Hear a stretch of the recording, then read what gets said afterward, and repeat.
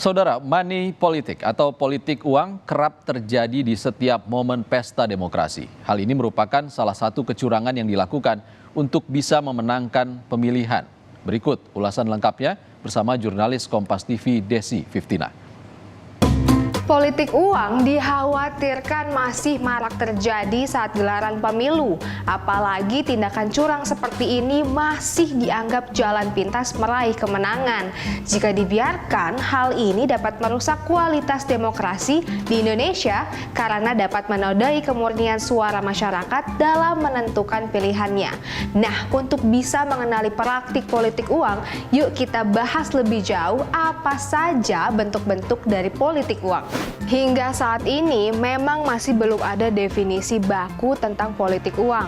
Namun politik uang dapat diartikan sebagai upaya memengaruhi perilaku orang lain dengan menggunakan imbalan tertentu. Jadi dalam konteks pemilu, politik uang juga dapat diartikan sebagai tindakan membeli suara atau vote buying. Dengan kata lain, tindakan membeli suara ini masuk dalam kategori praktik menyuap masyarakat untuk kepentingan pemenangan pihak tertentu. Praktik politik uang dapat terjadi di beberapa tahapan pemilu, bisa pada saat kampanye, lalu pada masa terlarang kampanye yakni saat masa tenang pemilu, dan pada hari pemungutan suara.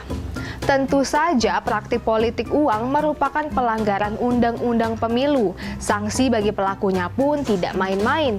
Jika terbukti melakukan politik uang pada masa kampanye, akan dipidana penjara paling lama 2 tahun dan denda paling banyak 24 juta rupiah. Sementara jika politik uang dilakukan pada masa tenang pemilu, maka akan dipidana penjara paling lama 4 tahun dengan denda paling banyak sebesar 48 juta rupiah. Terakhir, jika terbukti melakukan politik uang pada hari pemungutan suara, akan dipidana penjara paling lama 3 tahun dengan denda paling banyak 36 juta rupiah. Suburnya praktik politik uang perlu dimaknai sebagai musuh kita bersama. Selain menjadi pekerjaan besar bagi penyelenggara pemilu seperti KPU dan Bawaslu, masyarakat juga berperan besar dalam mengawasi dan mencegah terjadinya berbagai kecurangan di pemilu. Untuk itu, jika Anda menemukan indikasi politik uang pada penyelenggaraan pemilu, jangan ragu melaporkan ke Badan Pengawas Pemilu atau Bawaslu. Sudah saatnya kita melawan agar pemilu bebas dari belenggu politik uang.